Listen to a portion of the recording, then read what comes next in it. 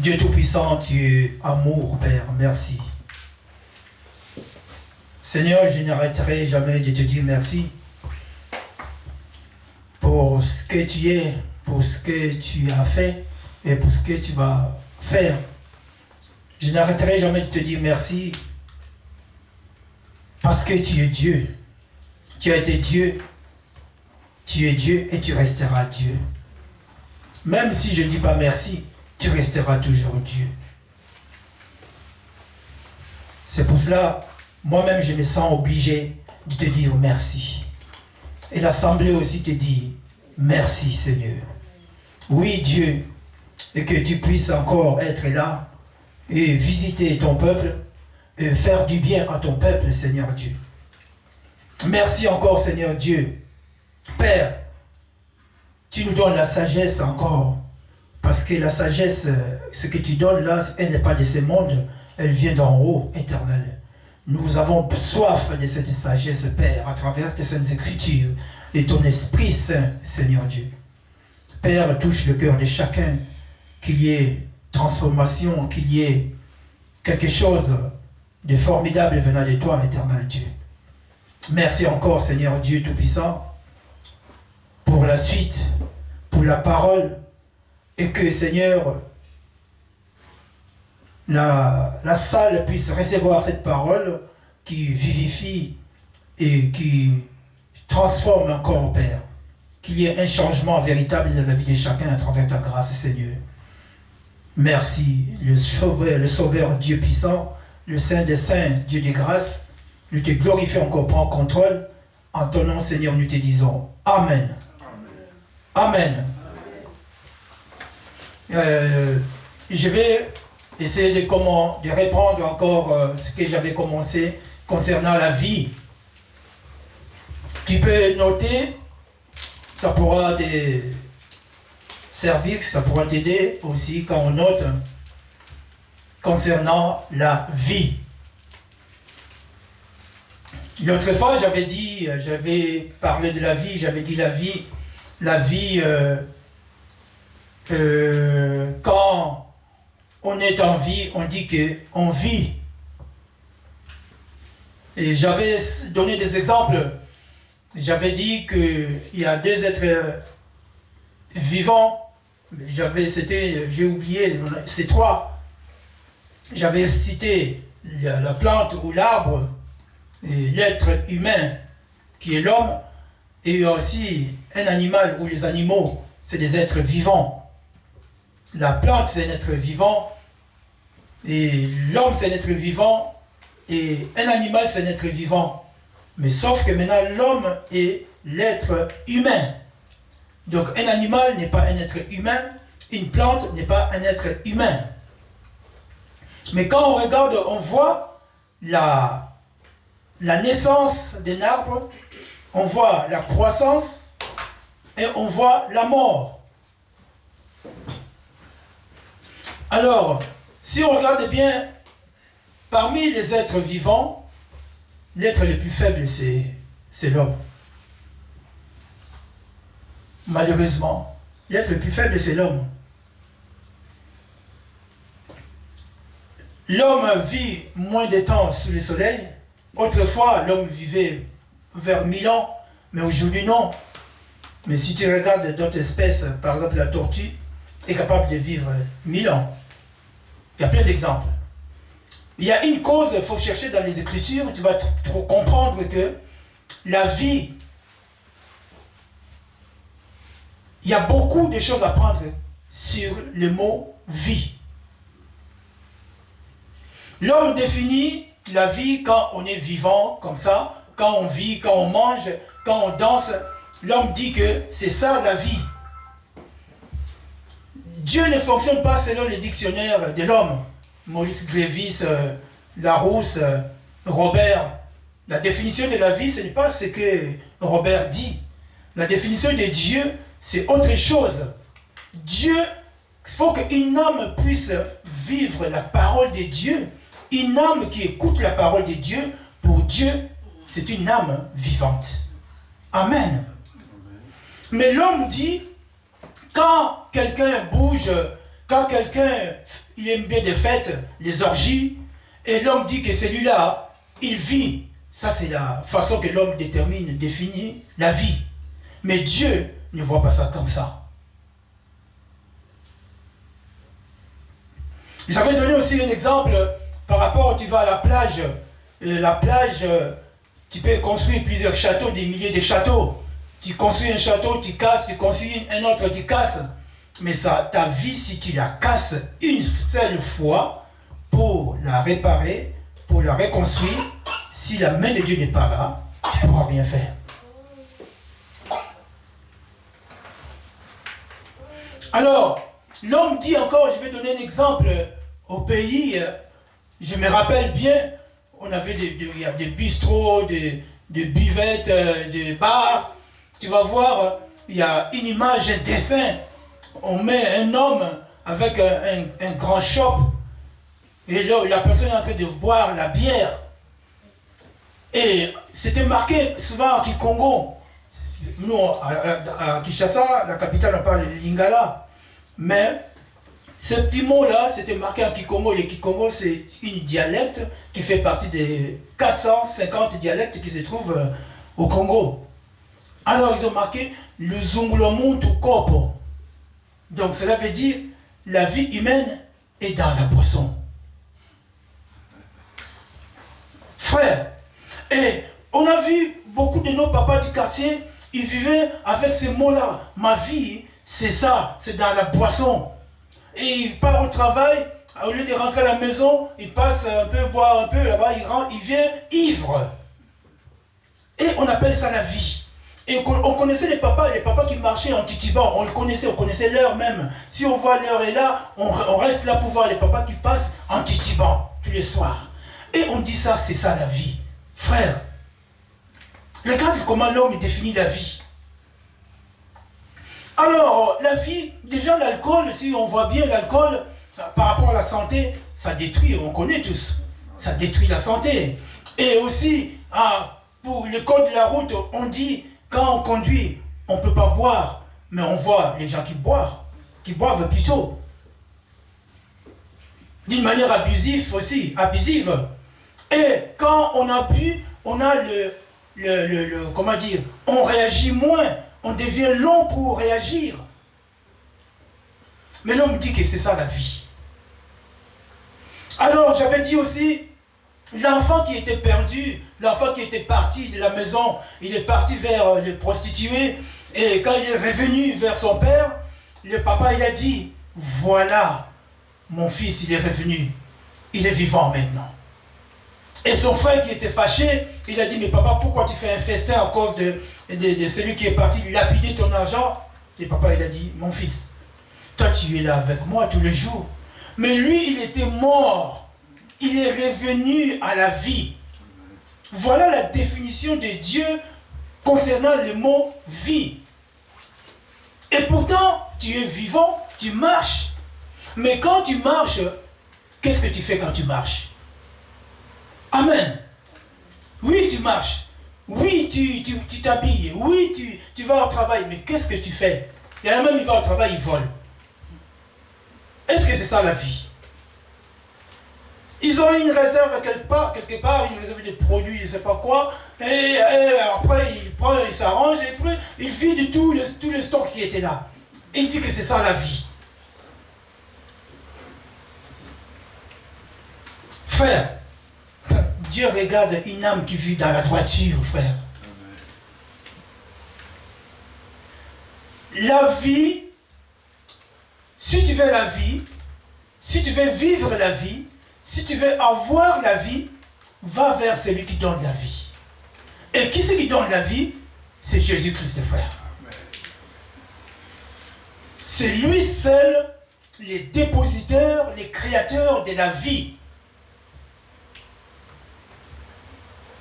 La vie, elle est déterminée sous plusieurs manières sous le soleil. Mais chez Dieu, il n'y a qu'une seule définition. Une âme qui vit l'obéissance, la crainte de Dieu, c'est une âme qui vit. C'est une âme vivante, comme Dieu le veut. Amen.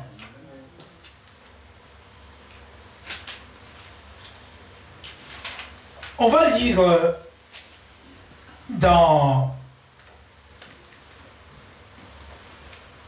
Juge 13, 16, à partir du 16. Si Déborah peut me lire, Juge 16, 31, si tu veux. Parce que la lecture, elle est longue. Juge 16, 31.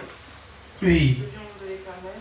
Amen. Ses frères et toute la famille de son père descendirent et l'emportèrent. Lorsqu'ils furent remontés chez eux, ils l'enterrèrent entre Soréa et Saol dans le tombeau de son père Manoah. Non, j'ai dit n'importe quoi. Autant pour moi. Juge 13 à partir de 16. Juge 13 à partir de 16. L'ange de l'Éternel répondit à Manoah, même si tu me retiens, je ne mangerai pas de ton plat. En revanche, si tu veux faire... Juge.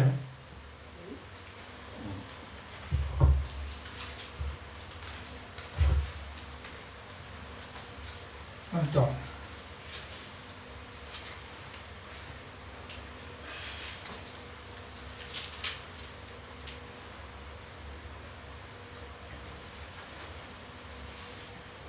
Oui. Juge 16. Pourquoi j'ai dit ça? Juge 16 à partir de 16, 30, à partir de 10. Juge 16. Delilah dit à Samson, tu t'es moqué de moi, tu m'as dit des mensonges. Maintenant, indique-moi donc avec quoi il faut t'attacher. Alors, ça, je dis juste de lire ça, mais c'est une histoire que tu peux lire chez toi à partir de 1. Par exemple, lis à partir de 1. Juge 1. 1 et 2.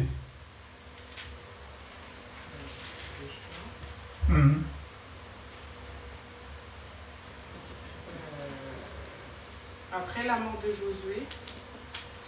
Non, juge 1. 16, 1. Parce que nous sommes dans 16. Samson partit pour Gaza. Il y vit une prostituée et entra chez elle. On dit aux habitants de Gaza, Samson est arrivé ici. Ils l'encerclèrent et se tinrent toute la nuit en embuscade à la porte de la ville. Ils restèrent tranquilles toute la nuit, se disant au lever du jour nous le tuerons. C'est bon. Je vais développer après. Et tu lis 16, 17. Comme elle était chaque jour à le harceler de paroles et à le pousser à bout, il perdit patience au point de désirer la mort. Il lui ouvrit tout son cœur et lui dit, le rasoir n'est pas passé sur ma tête parce que je suis sacré à Dieu depuis le ventre de ma mère. Si j'étais rasé, ma force m'abandonnerait, je deviendrais faible et je serais pareil à tout autre homme. Amen. Mon frère, ma soeur, c'est une histoire qui est bien quand on imagine la force de Samson, mais c'est une histoire qui est triste aussi.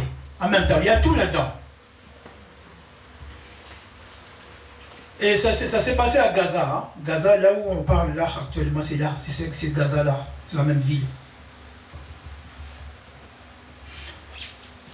Dalila, c'est la même chose.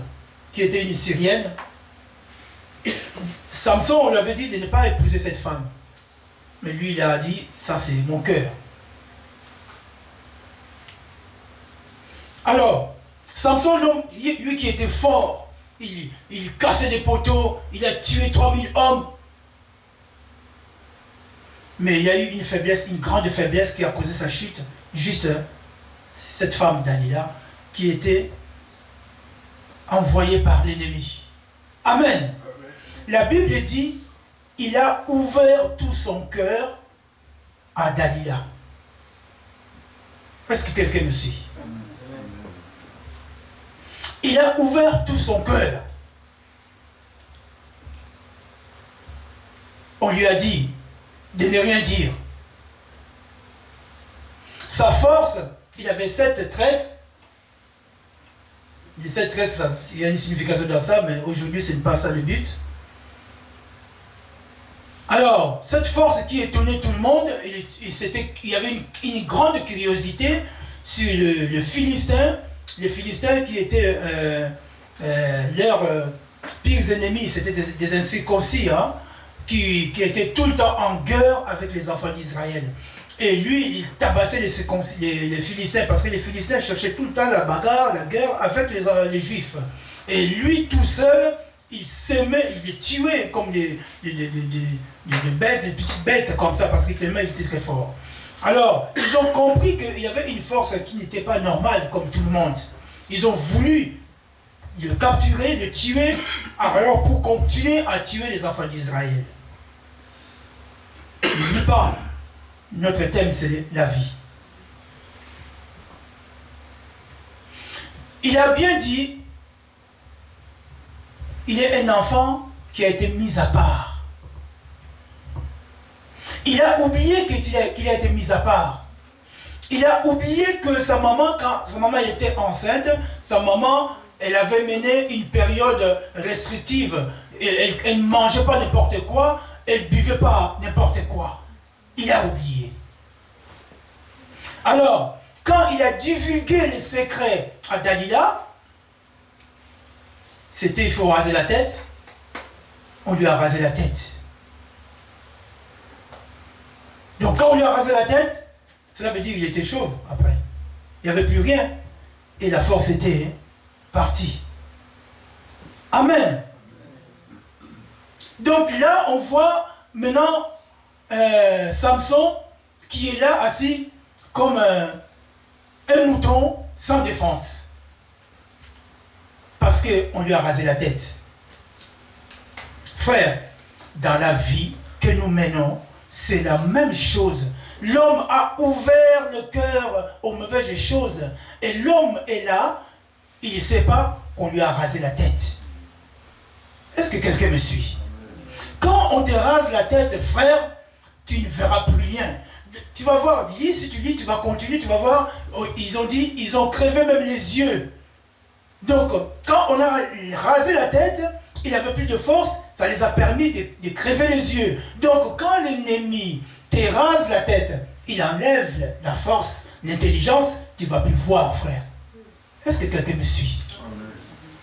Tu ne verras plus. Tu ne vas plus faire la distinction entre le bien et le mal, le bon, le vrai ou le faux. Tu ne verras plus parce que l'ennemi a déjà fait quelque chose au niveau de tes yeux. Tu ne vois plus, frère. La vie. L'homme s'adonne aux choses mondaines. L'homme est accro. L'homme vit dans le réalisme. Or, le réalisme, quand tu es dans le réalisme, tu seras dans la perdition. Parce que Samson était dans le réalisme. Et là, il a vu la beauté de Dalila. Il a ouvert le cœur à l'ennemi. Donc, Dalila, aujourd'hui, moi, je le prends comme l'ennemi. L'ennemi qui t'en veut, qui veut du mal pour toi. L'ennemi dont toi, tu ouvres le cœur. Nous, on ouvre le cœur à l'ennemi. Parce que, vous savez, on n'a pas besoin d'aller loin pour trouver le mal. C'est juste à nos côtés, frère. Le mal nous environne. On est environné du mal. Mais la bonté, on a du mal à trouver quelque chose de bon. Combien de chrétiens ont été rasés comme Samson? On crie, les gens crient. Frère, ce monde-là, le monde est fragile. L'humanité, elle est fragile. Comment tu vas comprendre cela? Vous croyez que quand quelqu'un voit que tu es béni, tu es puissant, il cherche à te faire du mal, vous croyez que cette personne elle est forte? C'est la fragilité qui fait ça, frère. Parce que la bénédiction de l'autre te dérange. La progression de l'autre te dérange. Ça, c'est une fragilité humaine, frère. Amen. Et on trouve dans nos églises cette fragilité. Même parmi les serviteurs, on s'insulte entre nous. C'est la fragilité qui fait ça, frère. L'ennemi a rasé presque tout le monde la tête. On est fort, je suis fort, je vais t'écraser. Non, celui qui cherche à écraser, il est fragile, frère. Parce que l'amour de Dieu n'écrase jamais. L'amour de Dieu n'insulte jamais. L'amour de Dieu ne souhaite pas du mal à l'autre, frère. Regarde comment l'homme dirige ce monde. La vie que Dieu a voulu, ce n'est pas ça, frère. La chute de Samson, parce que Samson a ouvert le cœur à Dalila. Il a relaté le secret qu'il ne devait pas dire. Or, la vie, c'est un don. C'est un don que Dieu nous donne. C'est un don. C'est le seul véritable don que Dieu nous a donné, de pouvoir conserver ces dons. Mais on n'arrive pas à conserver ces dons. Pourquoi on n'arrive pas à conserver? Parce qu'on fait ce que Dieu ne veut pas qu'on puisse faire.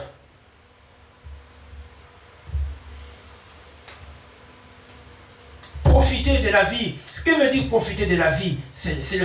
Maintenant, l'homme, pour profiter de la vie, il faut mousser la vie. Frère, ce n'est pas ça. L'enfant qui est parti avec l'argent de son père, quand il a compris que non, franchement, j'ai fait une erreur, il est retourné vers son père. C'est ce que nous devons faire. On retourne vers Jésus-Christ pour qu'on puisse encore être étoffés.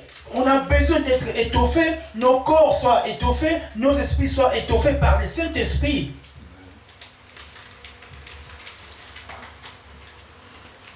La fin de Samson était tragique. Samson n'avait plus de force. Il a attendu jusqu'à ce que les cheveux ont poussé, mais il était resté aveugle.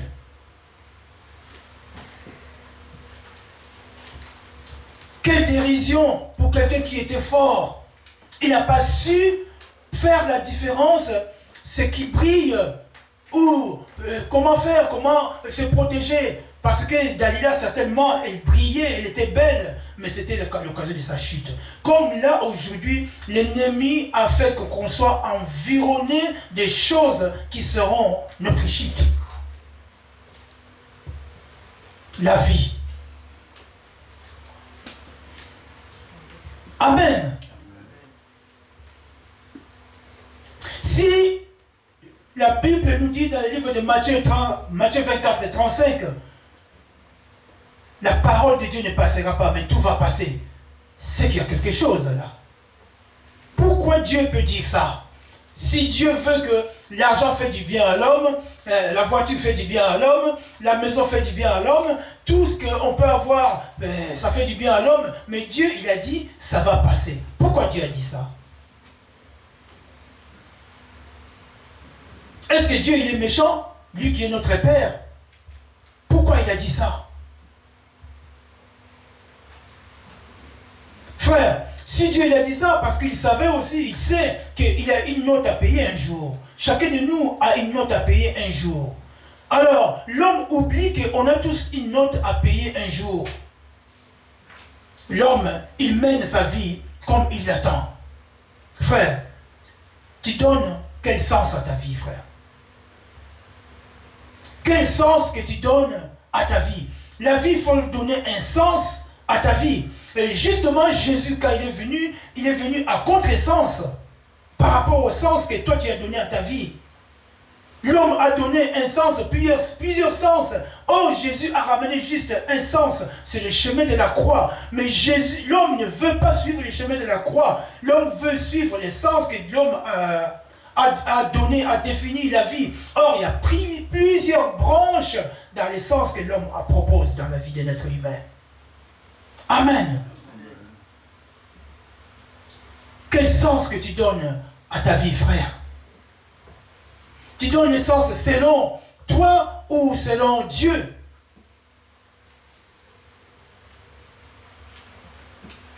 Dieu qui est le Créateur, il a prévu de bonnes choses pour nous, mais nous, on n'arrive pas. On n'arrive pas. Pourquoi?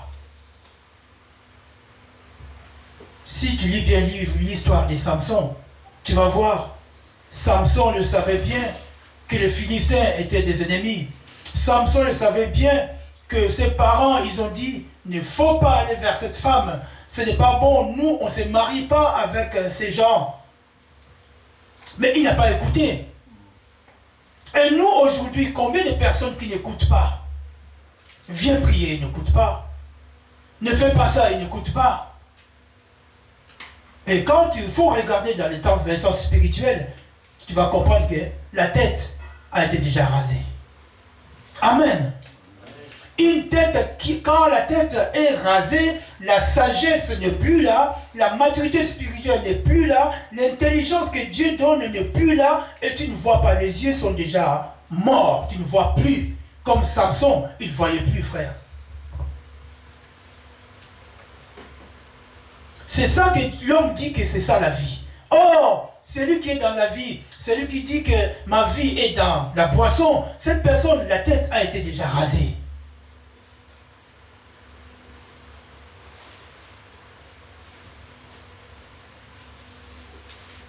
L'humanité, elle est fragile, frère.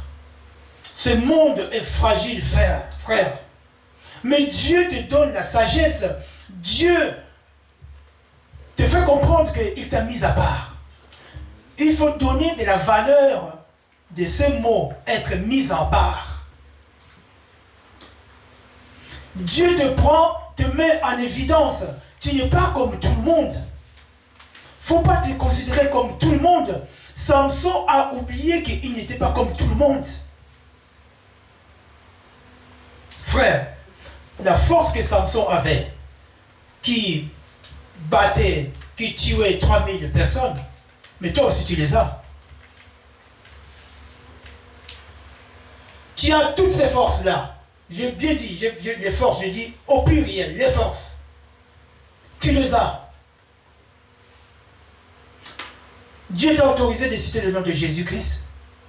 Quand tu marches pieusement, tu peux faire fuir même 5000 des légions. Vous savez, les légions, c'est une composition de 5000, 6000, 6000, 10 000 esprits. Amen. On ne se rend pas compte. Tu te lèves la nuit, tu pries, tu dis au nom de Jésus, et tu ne sais pas combien de personnes que tu as tuées, combien d'esprits que tu as tués, en citant juste le nom de Jésus-Christ. D'où faut bien chérir ta vie, frère. Faut bien entretenir ta vie, frère. L'hygiène spirituelle, j'insiste sur ça. Quelle est ton hygiène spirituelle? L'homme se laisse influencer, voilà. L'homme est changeant selon le milieu, selon le cadre du milieu de la vie. Et là, il est chrétien. Et quand il va là, il est demi-chrétien. Après, quand il va là-bas, il ne l'est plus du tout. Frère, ni chaud ni froid, Dieu il a dit, il va te vomir, frère. On reste dans une position, frère. C'est ça la vie d'un chrétien. J'avais cité beaucoup de points l'autre fois. J'avais dit, dans la vie, faut savoir résister. Faut qu'il y ait un changement, faut qu'il y ait la reproduction, faut qu'il y ait un développement dans ta vie, ou développement comme tu veux. Mais là, je vais souligner juste un point qui est la reproduction. La reproduction. Dieu a créé l'homme pour que tu puisses faire une reproduction. Mais avant que l'homme puisse faire une reproduction, tout en sachant que l'homme vient d'une mauvaise vie. Amen. Et cette mauvaise vie s'accroche à nous. Ça nous poursuit. Ça nous pourchasse, cette mauvaise vie-là. Alors, maintenant, l'homme faut, pour vraiment, éventuellement, que l'homme puisse faire la reproduction, il faut accepter d'être émondé. Amen. Il faut accepter d'être émondé. Être émondé, c'est comme un arbre. Un arbre, à chaque saison, je pense, oui, à chaque saison, pour les professionnels, ils essaient de couper les branches, donc de se débarrasser des branches inutiles, des branches mortes, pour que l'arbre puisse bien pousser. Mais quand tu vois, quand on émonde un arbre, tu regardes l'arbre, c'est pas joli à voir. Amen. Je ne sais pas si vous avez vu ça déjà. Dans des villes, il y a un service qui passe pour émonder des arbres, des plantes, tout ça. Mais quand, après avoir fini d'émonder les arbres, tu regardes là, comme ça, c'est pas beau à voir. Mais après, tu vas voir, c'est ça qui fait que l'arbre puisse continuer à vivre. Si un arbre continue de vivre avec des mauvaises branches, ça ne va pas durer longtemps. Et ça ne va rien dégager comme beauté. C'est nous les humains, frères. Dieu veut que tu puisses être reproductif. Il faut que Dieu t'émonde, frère. On a plein de mauvaises choses. C'est ça la vie que Dieu nous demande. Vous savez, un arbre, pourquoi j'avais dit qu'un arbre c'est un être vivant? L'arbre aussi vit comme un être humain. L'arbre a besoin de la sève. Oui, la fève c'est pour les gâteaux, ces gâteaux-là, c'est ça, hein? Fève, voilà. C'est le liquide là qui est à l'intérieur qui fait que l'arbre puisse être en vie. Et là, la sève là, oui, la sève que moi je prends comme le Saint-Esprit. Alors, les branches ne peuvent pas être belles ou les feuilles, le feuillage d'un arbre si la fève n'est pas là. Amen. Est-ce que quelqu'un me suit? Un fruit ne peut pas être beau, ne peut pas attirer personne si la fève n'est pas là. C'est quoi la fève de cet esprit? Tu ne peux pas refléter la bonté, tu ne peux pas refléter l'amour si le Saint-Esprit n'est pas dans toi. Parce que le manque de Saint-Esprit veut dire tu n'es pas en vie, frère. Amen. Un arbre est en vie, il faut qu'il y ait ce liquide-là qui donne la vie au feuillage et aux fruits. Amen. L'homme ne veut pas être émondé plutôt. L'homme veut rester comme il a été autrefois. Et c'est ça qui fait que l'homme ne puisse pas être en vie. Est-ce que vous me suivez? Je parle de la vie spirituelle. C'est comme le jeune homme riche. Il a dit à Jésus, Seigneur, tous les 10 commandements, tout ce que tu as cité là, je le fais. Jésus lui a dit, ah bon? Il a gratté juste une chose. Il a dit, ah, tu as fait, d'accord. Mais prends ta richesse, va le donner aux pauvres. Jésus ne l'a pas insulté, hein? Il est parti de lui-même. Et Jésus a compris que celui-là, c'est une âme morte, frère. Bien qu'il était riche. Parce qu'il ne veut pas être émondé.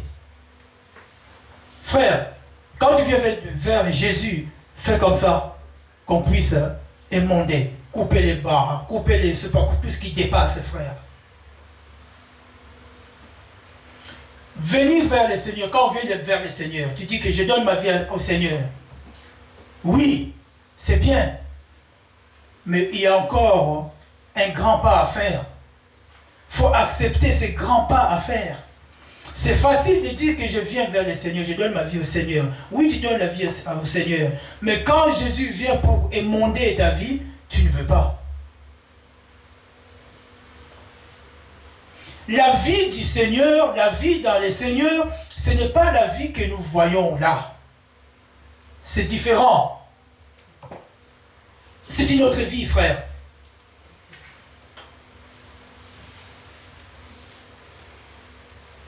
N'oublie pas, l'autre fois, j'avais dit qu'il faut savoir résister. Si tu n'es pas émondé, tu ne pourras pas résister. Il faut accepter d'être émondé pour résister aux tentations, résister au combat, résister à toute autre éventuelle situation que l'ennemi va ramener. Quand tu es émondé, tu vas comprendre. Parce que celui qui est émondé plutôt, a le Saint-Esprit en soi. Il faut que le Saint-Esprit véhicule dans ton intérieur. C'est à toi de lui donner la place. C'est à toi les décideurs, frère. La décision n'appartient qu'à toi. Ce n'est pas à Dieu, frère. Ni à ton père, ni à ta maman. C'est à toi de décider de laisser la place au Saint-Esprit pour qu'il puisse nourrir tout ton corps, frère. La vie. jusqu'à ce jour, on continue de résister, on continue de mettre, c'est pas quoi, de ne pas permettre au Saint-Esprit de pouvoir faire ce qu'il a à faire, frère. Vous savez, un arbre,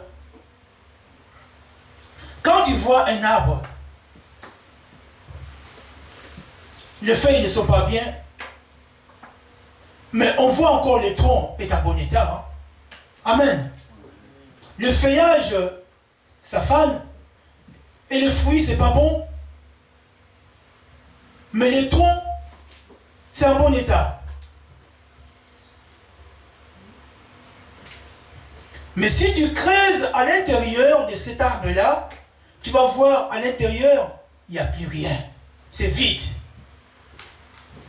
Amen.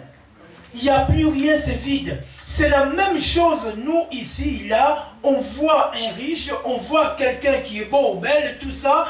À l'intérieur, c'est vide. Cela veut dire que la personne, elle est morte. Est-ce que quelqu'un me suit?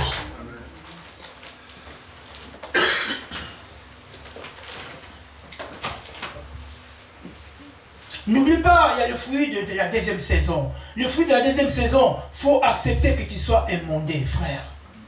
Pour qu'il y ait une productivité du fruit de la deuxième saison, il faut qu'il y ait l'émondage. Si l'émondage n'est pas là, il n'y aura pas de fruit de la deuxième saison, frère.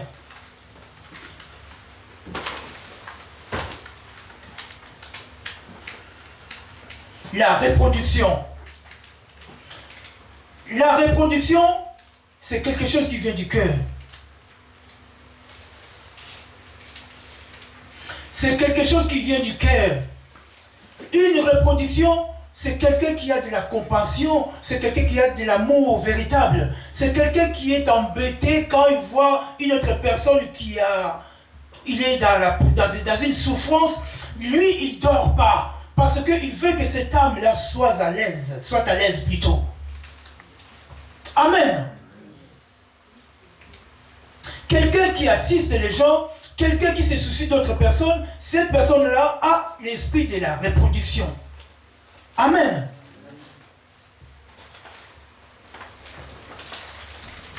Mais de nos jours, on voit dans l'église, chacun pour soi, ça existe. L'esprit de la reproduction, les langages dans le Seigneur, vous savez, les langages qu'on utilise dans le monde, ce n'est pas les langages qu'on doit utiliser dans le Seigneur. Amen. On n'a pas le même langage. On ne peut pas avoir le même langage.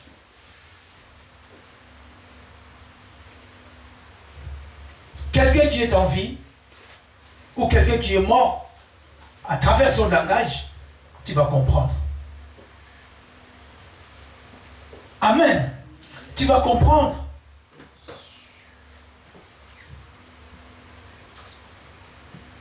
Tu vas comprendre rien qu'à partir du langage. Mes frères, Jésus l'a dit. Je suis le chemin, la vérité et la vie. Amen. En Jésus, il y a un chemin. En Jésus, il y a la vérité. Et en Jésus, il y a la vie. Donc, quand tu es sur le chemin de Jésus, tu auras la vie à travers cette vérité. Et que quand tu vas accepter cette vérité, et tu vas vivre cette vérité, parce que la vérité elle fait mal. Parce que la parole, ce n'est pas pour te caresser. La parole, c'est un miroir qui va te frapper sur le visage et sur ce chemin-là de la vérité. Et il faut accepter cette vérité pour que tu puisses marcher sur le chemin de la croix. Amen. Et c'est sur le chemin de la croix où il y a la vie, frère.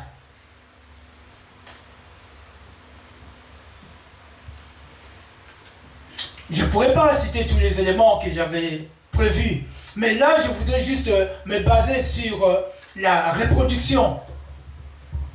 Un chrétien doit avoir les soucis d'une reproduction. J'avais donné un exemple d'un arbre, parce que la Bible nous dit, est-ce que la nature ne vous enseigne pas?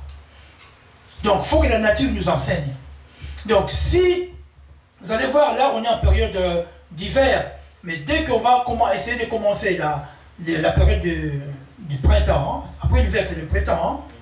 Et vous allez voir dans les rues, vous allez voir les services qui se chargent, c'est des vrais professionnels qui sont là pour pouvoir élaguer les branches.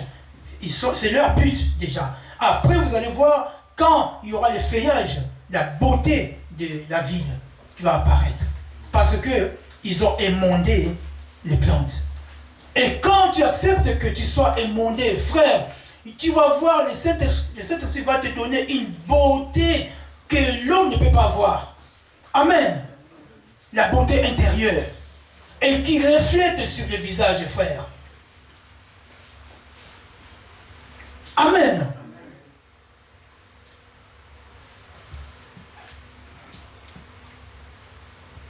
La reproduction.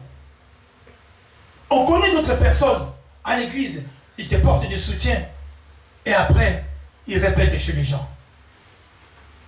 Pourquoi? Parce que la personne n'a pas été émondée. Amen. Là, quand tu es émondé, c'est couper l'orgueil, couper la jalousie, couper la colère, couper l'hostilité, couper ta force. C'est pas, tu as la force de Samson, Dieu va le couper, frère. Pour qu'il y ait reproductivité. Amen. Tu es là pour ne pas être improductif. Un enfant de Dieu doit être productif. Parce que Dieu te donne la sagesse de pouvoir bien parler. Quand tu vas parler avec l'Esprit de Dieu. Et ce qui va sortir de ta bouche peut donner la vie à une autre personne. Amen. C'est ça le but de la parole de Dieu. Un enfant de Dieu, tu es là pour donner la vie à l'autre. Parce que Dieu, on ne le voit pas. Tu vas vers l'autre, tu parles de quelque chose, et peut-être aussi, tu peux donner la réponse que la personne voulait. La reproductivité. Un chrétien, en soi, tu dois avoir la vie. J'avais dit, une plante qui est en bon état doit avoir la sève en elle, la plante ou l'arbre. Alors, maintenant, en toi, comme tu as le Saint-Esprit, tu es un agent vecteur, tu vas véhiculer l'Esprit de Dieu. Et cet Esprit de Dieu va se manifester à travers ce qui va sortir de ta bouche.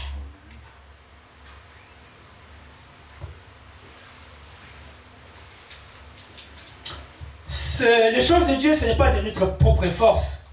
C'est à travers la force du Saint-Esprit.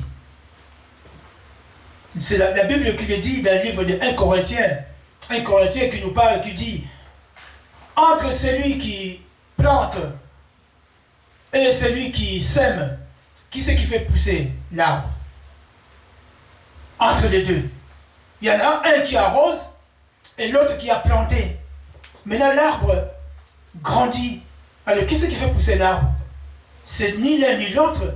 C'est Dieu qui fait pousser l'arbre. C'est lui qui est l'auteur de... Si un arbre existe, c'est Dieu qui l'a voulu. Parce que Dieu peut dire aussi que la terre soit infertile. Donc ce que nous faisons, c'est Dieu qui nous aide. Toi, accepte que le Saint-Esprit puisse circuler en toi. Et quand tu vas vers l'autre, tu dis un mot, tu ne sais pas combien tu vas bénéficier à Dieu. C'est que nous ignorons faire du bien, frère. C'est ça la bénédiction, une grande bénédiction quand tu fais du bien. Et la Bible nous dit, Dieu prend du plaisir en faisant du bien. Mais l'homme sur terre prend du plaisir en faisant du mal, frère. Frère, j'aimerais te dire une chose. N'oublie pas que nous sommes juste une vapeur qui apparaît, qui va disparaître, frère. Il ne faut pas entretenir des mauvaises choses en toi. Il faut qu'en toi qu'il y ait la vie, frère. La vie, ce n'est pas quand tu connais 30 danses du monde. Ce n'est pas ça la vie, frère. Là, je te dis, quand tu vas danser avec les démons à tes côtés, frère.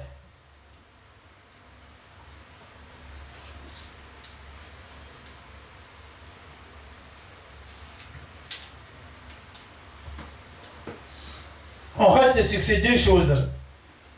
Savoir résister et avoir l'esprit de la reproductivité.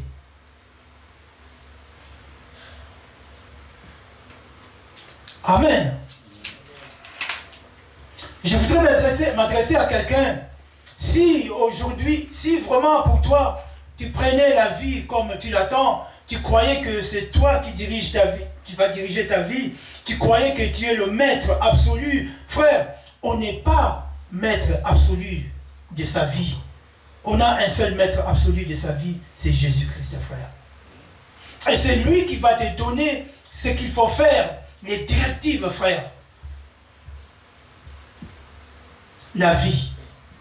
Il y a deux sortes de vie. La vie charnelle et la vie spirituelle. Et moi, la vie que je suis en train de parler, la Bible dit, l'homme charnel, il est mort. On est ressuscité avec Jésus-Christ.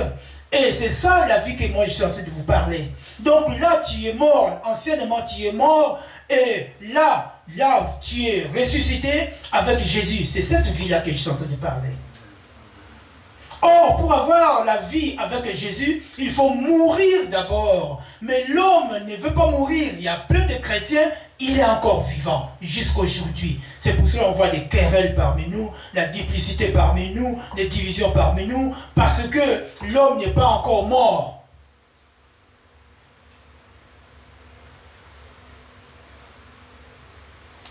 On continue de faire confiance à la chair, on continue de faire confiance à nos émotions, on continue de faire, je ne sais pas,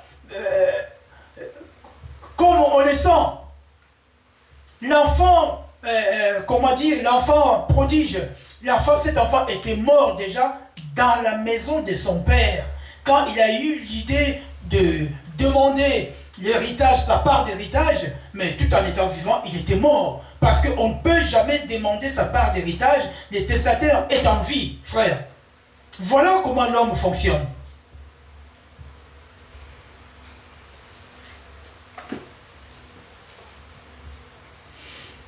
Si je reviens sur Samson, regarde Samson qui était un héros. Un héros, tout le monde craignait, mais Samson s'est transformé en un impuissant. Parce que sa tête était rasée. Amen. Fais attention, frère. Quand la colère commence à venir, l'ennemi peut te raser, frère. Quand la jalousie commence à venir, l'ennemi peut te raser, frère. Quand tu sens qu'il y a une mauvaise chose qui vient, une qualité hostile qui vient vers toi, fais très attention, l'ennemi risquera de te raser.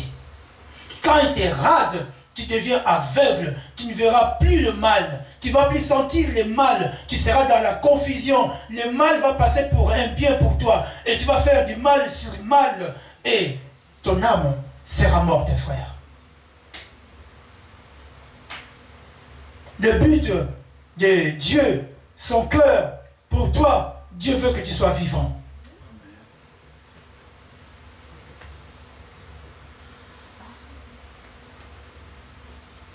Amen. Vraiment, j'ai beaucoup à dire sur ces choses-là, mais on n'arrive pas à comprendre, on ne veut pas comprendre en fait. Être en vie, c'est un don que Dieu nous a donné à travers sa parole. Ne conditionne pas ta vie selon le modernisme. Beaucoup ont conditionné leur vie selon la technologie, selon le modernisme. C'est vrai, on utilise certaines choses. C'est vrai, on peut utiliser, mais faites très attention, utilise d'une manière sélective pour ne pas que ça soit une occasion de chute pour toi. Parce que l'ennemi est là pour te raser la tête. Son but, c'est ça. L'ennemi, c'est le Philistin. Un Philistin, c'est un incirconcis qui est là, qui te guette, qui cherche juste une faiblesse. Comme Samson, il a oublié qu'ils ont compris que sa faiblesse, c'était les femmes. Et Samson, il était parti à Gaza chez une prostituée. C'est ça, les gens, ils ont compris. Ah, sa faiblesse, c'est ce côté-là. Amen. L'ennemi ne va pas te toucher là où tu es costaud. Non, frère. Il va toucher juste là où tu es faible pour te raser. Et n'oublie pas que Samson, quand il a été rasé, en tout cas, la situation était fatale par la suite, frère. Même si le jour de sa mort, il a secoué l'immeuble, tout le monde était mort, et y compris lui-même. Peut-être dans les plans de Dieu, ce n'était pas son jour qu'il allait mourir.